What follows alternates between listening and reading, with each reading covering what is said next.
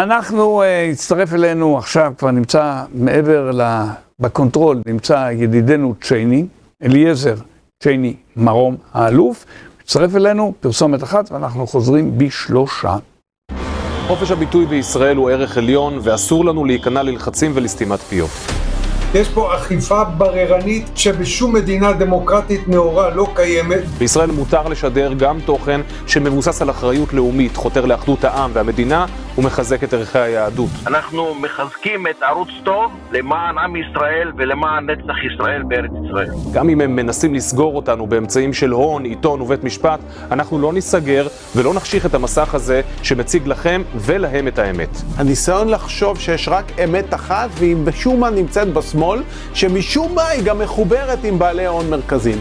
זה דבר שבעיניי הוא חלק מהדברים שאנחנו מדברים עליהם. הקמפיין האגרסיבי של השמאל זוכה לקשת תגובות סערות מכל קצוות הקשת הפוליטית, כי כך דמוקרטיה אמיתית נשמעת ונראית. הם מפחידים, הם מפטרים, הם פוגעים בעסקים, הם פוגעים בקידום. כל מה שהם יכולים לעשות, אין גבולות שם. ניסיון ההשתקה שמוביל נגדנו השמאל גייס מעל מיליון שקלים, שכולם מיועדים להפלת הערוץ הזה שלנו. אתם בעצם לא מסתירים מהעם שום דבר. ואני חושב שלערוץ הזה יש מקום מאוד מאוד מכובד בין ערוצי מדינת ישראל, אולי המוביל שלהם בתחום הביטחון. בשבועות האחרונים זכינו להתגייסות מרגשת ומרשימה מצדכם, צופים וצופות שמבינים שמי שמפסיד בבחירות פעם אחר פעם לא יכול להשתמש בכסף שלו כדי לסתום את הפה למי שרוצה לומר אמת. השמאל הקיצוני אצלנו הוא בולשביקי, וכמו הבולשביקים מתהדר בכך שהם רצון העם, הבולשביקים מבטאים את רצון העם. למה? כי הם אמרו ככה. אתם, קהל מסור ואהוב, הוכחתם נאמנות, פתחתם את הלב, את הארנק, אתם תומכים בפעילות שלנו ומראים לחברים של משה רדמן שיש מספיק ישראלים פטריוטים שיעמדו לצידנו ויתמכו בנו מול תקציבי הענק שלו. ערוץ 13 אני מקווה מאוד שבחודשים, שנה הקרובים יימחק כבר מהתחנות השידור ותחנות הטלוויזיה של מדינת ישראל, פשוט כי הוא נכשל והעם מנפנף אותו מכל מקום אפשרי. אבל אנחנו עדיין צריכים אתכם. מתחת לנגן יש קישור שפותח לכולנו את הדלת לעתיד טוב יותר. תמכו בנו כי רק בזכותכם נוכל להמשיך. כמה שהם מנסים להשתיק, סימן שאתם עושים עבודה מעולה. אנחנו איתך, האלוף אליעזר מרום צ'ייני, שמסיבות אישיות אמרתי לו, אל נא בכעסך. עזבתי, אמרתי שמסיבות אישיות. לא, היית צריך לעזוב את זה בכלל. אז עזבתי את זה בסליחה. שמע, אני רוצה ממך את התיאור, את ההתייחסות לסכנות שבגבול המזרחי, לומר גבול הבקעה, זה מרכז דיוננו, ואנחנו נלך משם למקומות אחרים, וגם לצפון. גבול הבקעה היסטורית הוא אמור להיות בצד הישראלי של הגבול לחלוטין. לא ניכנס לכל ההיסטוריה ולא נספר מה קרה אחרי מלחמת העולם הראשונה וכן הלאה, אלנבי והעות'מאנים וכו'. לא נגיע לכל זה. איך אגב, זה גבולות הממלכה הצלבנית. פראוור דיבר על זה הרבה. יותר טוב ממני בהיסטוריה.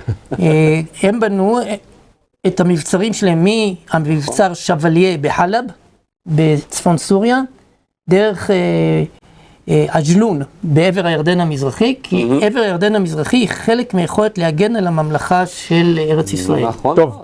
סליחה גרשון, וגם הרומאים כן.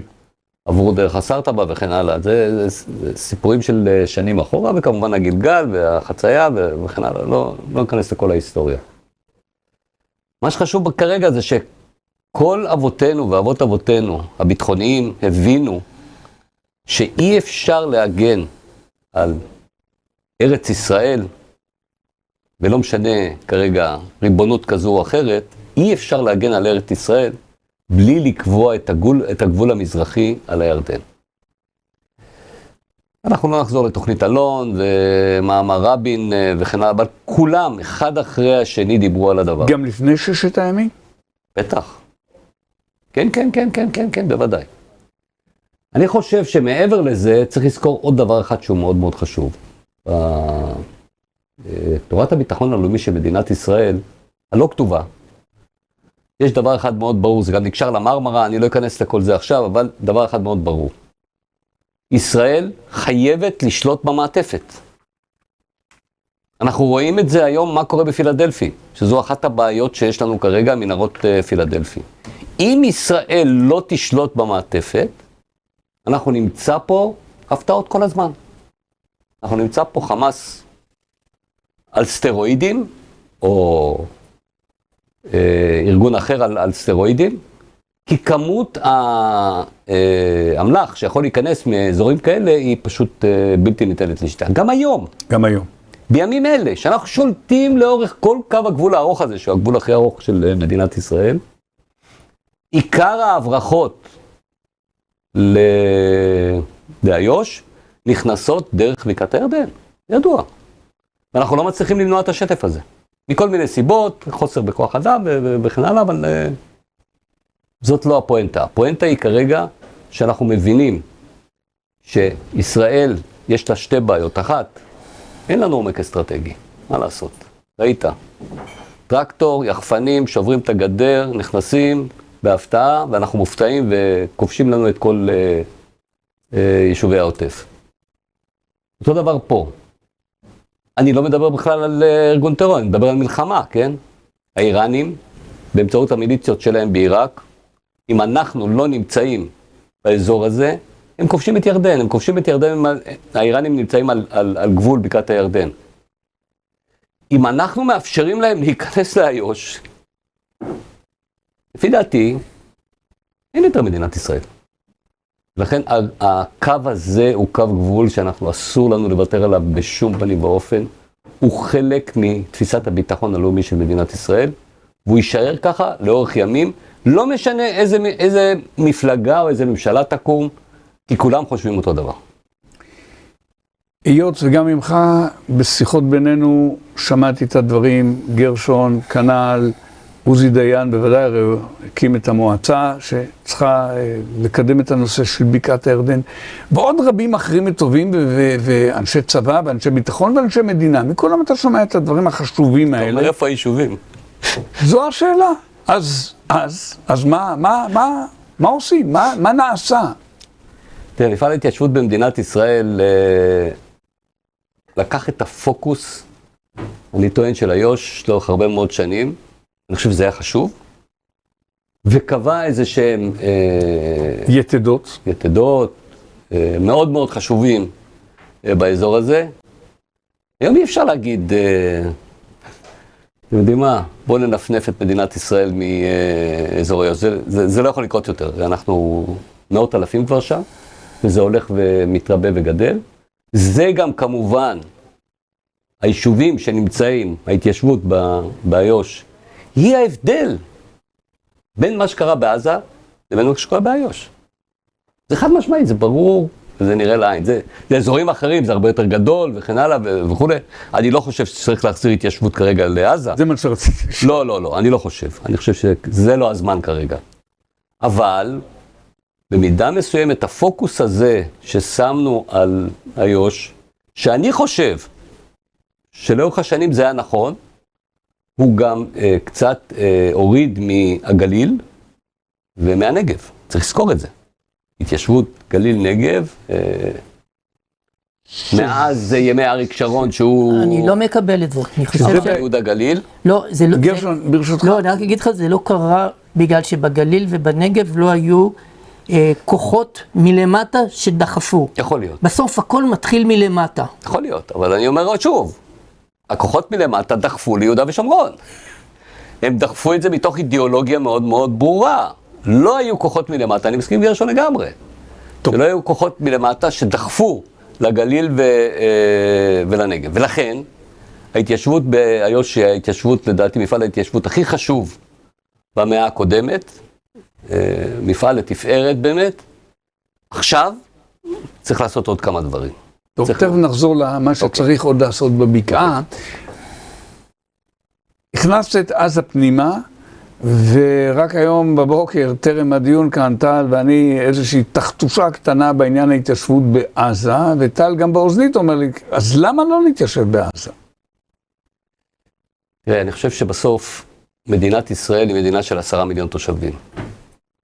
צה"ל הוא צבא בגודל נתון, היכולת הכלכלית שלנו והאנושית שלנו להחזיק צבא גדול היא מוגבלת. זה משחק שיש בו מגבלות, יש פה תקרת זכוכית. ולכן אנחנו חייבים למקד את המאמצים שלנו במקומות הנכונים. כדי להשאיר עכשיו אוכלוסייה בעזה ולהקים התיישבות פעם נוספת בעזה, אנחנו נצטרך כוחות גדולים בסדרי גודל כדי לשמר את הדבר הזה, ולפי דעתי אין לנו את היכולת לעשות את זה כרגע במצב הנתון עכשיו, וזאת תהיה שגיאה לעשות את זה. אנחנו צריכים לרכז את המאמצים במקומות אחרים, ככה אני חושב.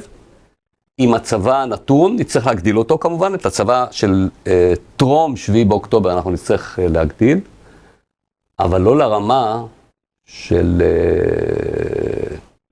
מה שקורה באיו"ש. בוא ניקח את 7 באוקטובר. כמה גדודים היו באיו"ש? למעלה מ-30. לא, 22. 22. קניתי 22. 22. אני יודע מספר אחר, אבל לא משנה, קניתי 22. כמה היום? לא. כמה גדודים היו בעזה? 5. 5. אני אומר 2. אוקיי? כמה גדודים היו בצפון? כדאי לא להגיד. יפה. זה המספרים. אתה מבין מה אני מדבר פה? מבין היטב. אתה מבין מה אני מדבר פה. זאת אומרת, גם אם לשיטתו של גרשון, היו רק 22 באיו"ש, ואני אומר שהיו יותר, אבל לא משנה, 22. מה שהיה בסיכומו של דבר בעזה, הוא אומר 5 גדודים, אני אומר 2 גדודים, ומה שאומרים, מה שהיה בצפון, לא נגיד. בסדר? לא רחוק מעזה. זה מה שיש למדינת ישראל, זה מה שיש לעם ישראל. אתה רוצה לקיים צבא שגם מסוגל לצאת קצת לחופש, ולסדרת חינוך, ולאימונים, ולכן הלאה. ומה תאמר לאלה האומרים, רגע, אנחנו זקוקים לתמונת ניצחון. והיות בעולם הערבי, העולם ששם המילה צומוד כל כך חשובה, שהלוואי שאנחנו היינו זוכרים אותה מימי מפאי העליזים, שכחנו אותה, אז אולי זה מה שצריך לעשות בשביל לקבע תמונת ניצחון שהיא הכי כואבת לעזתי. תמונת הניצחון שלנו לפי דעתי היא יכולת לקיים את מדינת ישראל כפי שהיא, בביטחון, שתהיה התיישבות יהודית לכל אורכה ורוחבה של מדינת ישראל, ואני חושב שאף אחד, אתה יודע מה, לא אף אחד, אבל רוב האנשים שהיו פה במדינת ישראל בעמדות שלטוניות כאלה ואחרות, לא ראו בעזה חלק מארץ ישראל. לא ראו. זו עובדה. לכן אני טוען שבעזה זה לא נכון כרגע למקד את המאמצים. בוא נמקד את המאמצים במקומות אחרים. יש לנו הרבה מה לעשות עכשיו. לבנות את החברה מחדש ולסדר את המדינה, לסדר את הצבא ולסדר את יחסי צבא-חברה וכן הלאה. המאמץ הזה של התיישבות בעזה לפי דעתי, אתה יודע מה? לא כרגע. חופש הביטוי בישראל הוא ערך עליון, ואסור לנו להיכנע ללחצים ולסתימת פיות. יש פה אכיפה בררנית שבשום מדינה דמוקרטית נאורה לא קיימת. בישראל מותר לשדר גם תוכן שמבוסס על אחריות לאומית, חותר לאחדות העם והמדינה ומחזק את ערכי היהדות. אנחנו מחזקים את ערוץ טוב למען עם ישראל ולמען נצח ישראל בארץ ישראל. גם אם הם מנסים לסגור אותנו באמצעים של הון, עיתון ובית משפט, אנחנו לא ניסגר ולא נחשיך את המסך הזה שמציג לכם ולהם את האמת. הניסיון לחשוב שיש רק אמת אחת והיא משום מה נמצאת בשמאל, שמשום מה היא גם מחוברת עם בעלי הון מרכזיים. זה דבר שבעיניי הוא חלק מהדברים שאנחנו מדברים עליהם. הקמפיין האגרסיבי של השמאל זוכה לקשת תגובות סערות מכל קצוות הקשת הפוליטית, כי כך דמוקרטיה אמיתית נשמעת ונראית. הם מפחידים, הם מפטרים, הם פוגעים בעסקים, הם פוגעים בקידום. כל מה שהם יכולים לעשות, אין גבולות שם. ניסיון ההשתקה שמוביל נגדנו השמאל גייס מעל 1,000,000 שקלים, שכולם מיועדים להפלת הערוץ הזה שלנו. אתם בעצם לא מסתירים מהעם שום דבר. ואני חושב שלערוץ הזה יש מקום מאוד מאוד מכובד בין ערוצי מדינת ישראל, אולי המוביל שלהם בתחום הביטחון. בשבועות האחרונים זכינו להתגייסות מרגשת ומרשימה מצדכם, צופים וצופות שמבינים שמי שמפסיד בבחירות פעם אחר פעם לא יכול להשתמש בכסף שלו כדי לסתום את הפה למי שרוצה לומר אמת. השמאל הקיצוני אצלנו הוא בולשביקי, וכמו הבולשביקים מתהדר בכך שהם רצון העם, הבולשביקים מבטאים את רצון העם. למה? כי הם אמרו ככה. אתם, קהל מסור ואהוב, הוכחתם נאמנות, פתחתם את הלב, את הארנק, אתם תומכים בפעילות שלנו ומראים לחברים של משה רדמן שיש מספיק ישראלים פטריוטים שיעמדו לצידנו ויתמכו בנו מול תקציבי הענק שלו. ערוץ 13, אני מקווה מאוד שבחודשים, שנה הקרובים יימחק כבר מהתחנות השידור ותחנות הטלוויזיה של מדינת ישראל, פשוט כי הוא נכשל והעם מנפנף אותו מכל מקום אפשרי. אבל אנחנו עדיין צריכים אתכם. מתחת לנגן יש קישור שפותח לכולנו את הדלת לעתיד טוב יותר. תמכו בנו, כי רק בזכותכם נוכל להמשיך. כמה שהם מנסים להשתיק, סימן שאתם עושים עבודה מעולה.